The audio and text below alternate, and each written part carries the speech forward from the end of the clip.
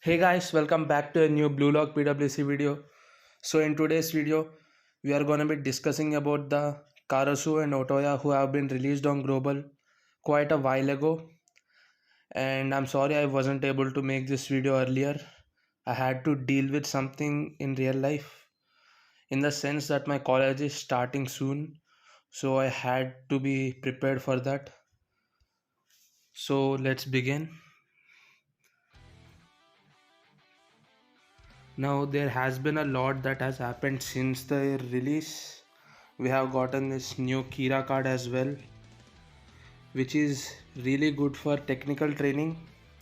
Probably the best card we have in the game right now for technical training. Or maybe the Bachira card is preferable for some people due to the turn extension and gold skill. But anyways, here's Karasu. We're gonna check out his kit. So he has 30% training technical boost up, then 20% intel boost, then 10% training bonus, 45 fixed technical bonus, and then 10% constant intel boost up along with 50% lecture rate up, which applies for all the trainings. And then he has 120% special lecture bonus along with 10% constant technical boost. So he's pretty good. This Karasu and Otoya who have been released, they are really good for two typings. So Karasu is good for training technical and intel, whereas Otoya is good for training speed and technical. Both Karasu and Otoya work really well on technical team due to their comp and the cards they both have. So here are Karasu's cards. At level 100, the intel card which is unlocked. It gives you the sharp eye gold skill and it grants 9 times more stats than a gold card, along with 240 inspiration boost, 2 technical, and it also has a chance of giving you a turn extension. And next there's the technical card which also gives the same gold skill, and everything else is pretty much the same. Yeah, I think it would have been better if this card gave 242 intel growth instead of technical, but it's still pretty good. So all of his stats seem balanced here, and his technical is obviously the better stat. I would have expected the intel to be a bit high, but fine. Now his special abilities, his first special ability is when you select Hitman Karasu Tabito as a training player and challenge to the world, you will enter the Hitman Karasu Tabito exclusive concentration zone when obtaining a player skill. The Hitman Tabito Karasu exclusive concentration zone. So basically, it's his own special concentration zone, which you will get at the beginning of checkpoint 2 for 5 turns. It won't last for longer than that or below that. And during that time, it boosts your technical and intel inspiration boost mainly to technical.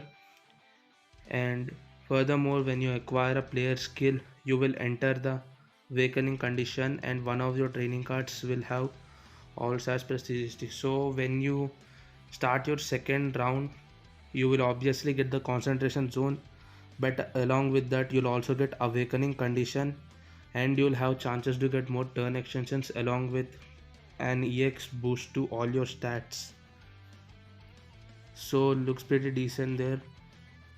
And then his second special ability, when Karasu Tabito's support event to become not so average occurs, you will enter the awakening condition. Additionally, technical and intel boost plus 480 will be granted to your training cards. In addition, support event 1, I'll push to the limit, occurs when you gain 2 turns of extension and the inspiration technical boost. So these are his support events. So when his support event to become not so average occurs, you do get awakening along with an inspiration of 480 to both technical and intel boost.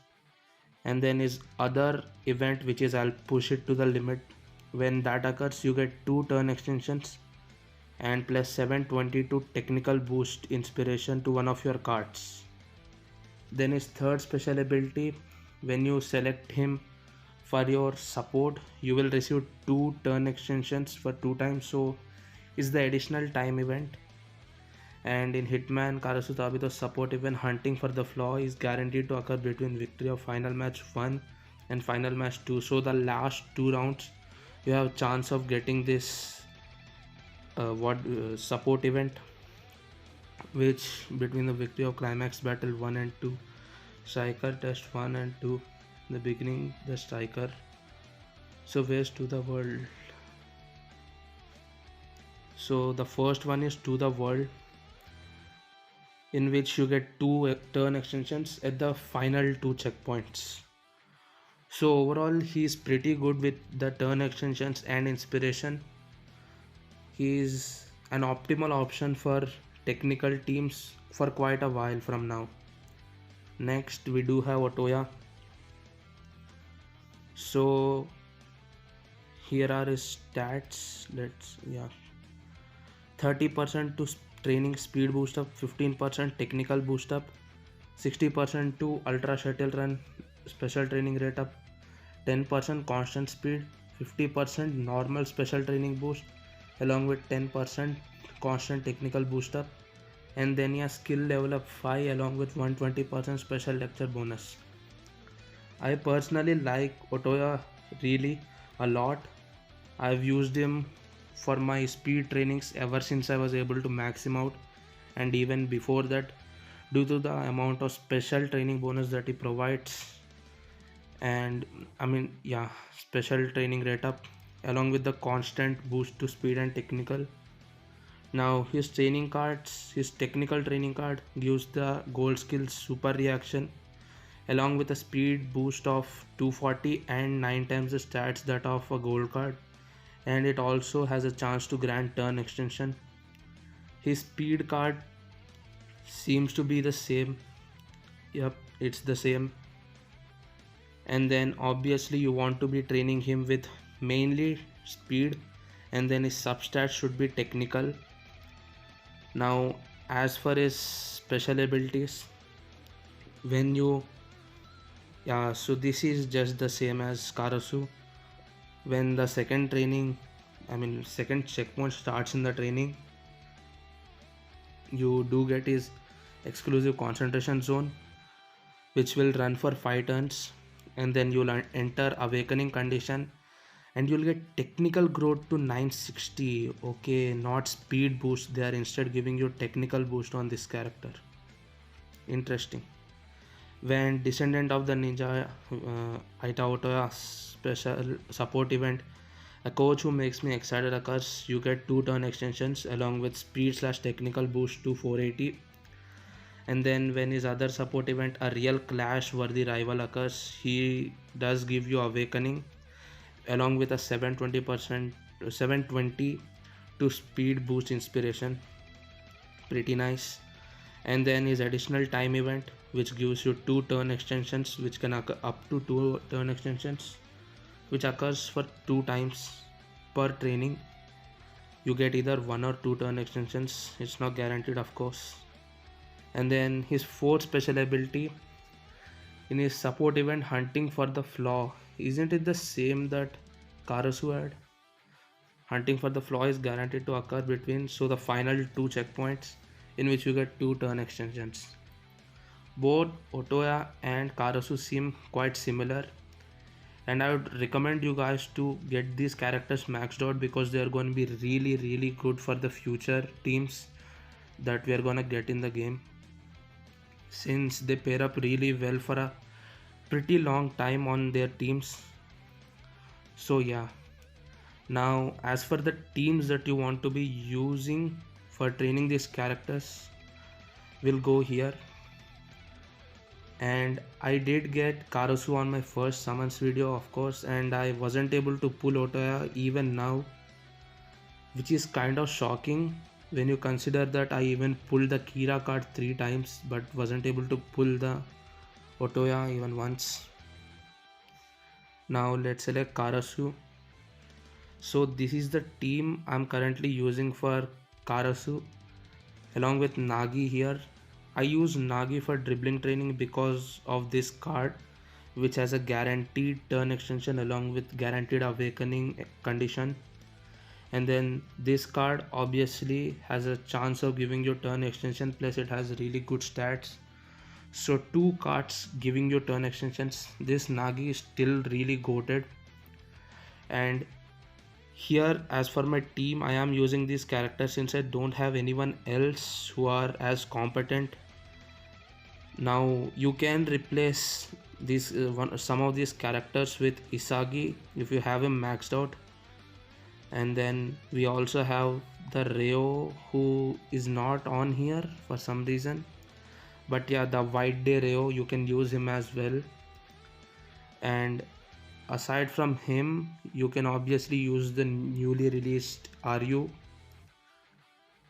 and we of course have Otoya as well. Now Luna is really good, just like Pablo. He also works really well on two teams. This guy works well on kick and technical. He works well on intel and technical. He's like one of the most prioritized characters to have on your bench when training Karasu, since those are the stats you're gonna be looking for him. Now EX support cards, we don't have anything else. And then these three, in my opinion, are the three best technical cards as of right now. And if you don't have any of them, you can use this card, which provides a decent bit of technical boost, but it's mostly good for the support events it has. And then aside from that, we have the Valentine's Henri card.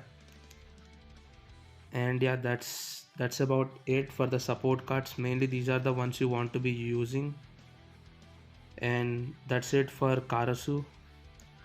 Now for Otoya, let's just take him and assume that he's Otoya. Now this is the best speed team you can use. I can use. Obviously Kira is a good choice, but I am trying to get him to level 100 first before using him on my speed team. And then any other characters that you can use here are this Chigiri, but Christmas Chigiri is way better than him for training speed. And we obviously have Loki as well. Loki is right now a really good character for training speed due to this card. Every World 5 character has become really good after their buffs. It's unfortunate how I didn't plan it well and wasn't able to max them out, but it's still fine. Now for the speed characters here, Otoya, never mind, we're training him. You can use Nagi, of course, as I have him on my team. Nagi and Ryo both are really good, especially with this card, because if you go into the combo skills, here you can see Ultra Shuttle Run Speed Boost, Constant Speed and Ultra Shuttle Run Speed Boost. And then Ryo pairing up with this card does give even more constant speed boost along with more lecture rate up. And yeah, it works really well. And why I have Ryusei is because of this card. Obviously you want to be looking for characters who have those kind of cards. And then Chigiri, of course, as I mentioned. And aside from the characters I've told you, you can use this Mitoma as well. He's really good now. He has also been buffed. All the Mitoma have been actually. And yeah, that's about the speed characters that you can be using here. And you should also be using Zantetsu. Zantetsu is going to be a really good speed character for a while with the buffs he's got. It's mostly not even his cards, it's just that he gets special lecture bonus so soon, along with training rate up and constant speed boost. And of course here it's going to add up to his value even more. And he also has additional time events along with more great support events. He's good as a support character, but not as a character you want to be using in your teams. So I would still say, if you have him leveled up pretty high, try to get him maxed and use him on the teams. And even if you don't have him maxed, he's really good for speed team right now due to the special lecture bonus.